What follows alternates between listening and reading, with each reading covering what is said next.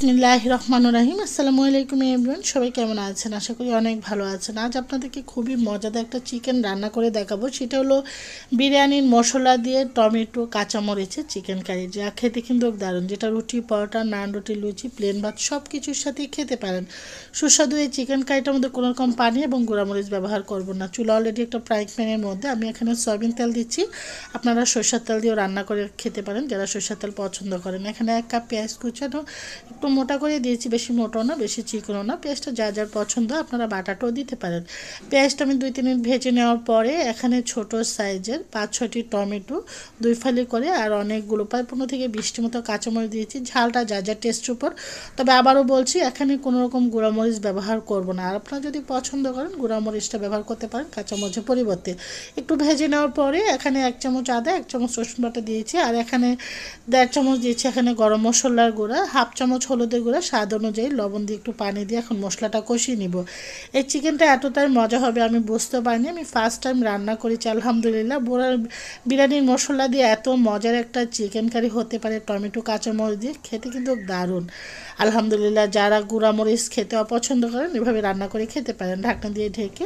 তারপর আমি এখানে যেহেতু টমেটোগুলো দেশীয় টমেটো ছিল আমার বাগানের, তো একটু টক টক ছিল, একদম টকই ছিল আসলে, সেজন্য আমি এখানে একটু চিনি অ্যাড করছি, এতে করে টক মিষ্টি ব্যালেন্সটা ঠিক থাকবে। মশলাটা কষানো হয়ে যাওয়ার পর এখানে আমি ব্রয়লার মুরগি দিয়েছি। এখানে একটা ব্রয়লার মুরগি নিয়েছি প্রায় 1.5 কেজির মতো।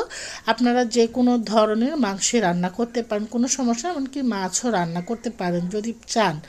এখন আমি মাংসটাকে মশলাটার সাথে মিক্স করে নেওয়ার পর এখন চুলাটাকে মিডিয়াম টু হাই ফ্লেমে রেখে আমি মাংসটা কষিয়ে নিয়েছি।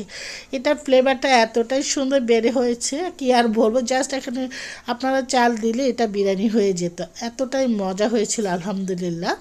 আসলে আমি কখনো তো রান্না করিনি এইভাবে, কিন্তু বিরিয়ানি মশলা দিয়ে ফার্স্ট টাইম রান্না করেছি, সেই জন্য ভাবলাম আপনাদের সাথে শেয়ার করি। আপনারাও চাইলে এরকম বিরিয়ানি মশলা দিয়ে চিকেন রান্না করে খেতে পারেন। টমেটো কাঁচামরিচ দিয়ে কোনো রকম কাঁচামরিচ এবং পানি ব্যবহার করা আছে। পানি কিন্তু অলরেডি প্রচুর উঠেছে, যেহেতু ব্রয়লার মুরগি এগুলো থেকে পানি ওঠে, সেজন্য আমি কোনো পানি ইউজ করিনি এবং ঢাকনা শুধু 2 বার মতন দিয়ে পরে আর ঢাকনা দিইনি, কারণ যেহেতু আমি এটার মধ্যে বেশি একটা ঝোল রাখবো না, ঢাকনা দিলে ঝোলের পরিমাণটা আরও বেশি উঠবে। তো আমার আস্তে আস্তে কিন্তু হয়ে আসছে, দেখতে পাচ্ছেন চিকেন কারিটা, টমেটো কাঁচামরিচের চিকেন কারিটা বিরিয়ানি মশলা দিয়ে। আমি আবারও প্রায় 1/2 চামচের মতন এখানে বিরিয়ানি মশলা দিয়েছি। এটা প্রায় ওঠানো 8 থেকে 10 মিনিট আগে আবারও দিয়েছিলাম, এতে করে এটা টেস্ট আবার দারুণ আসে। চাইলে দিতে পারেন, না স্কিপ করতে পারেন।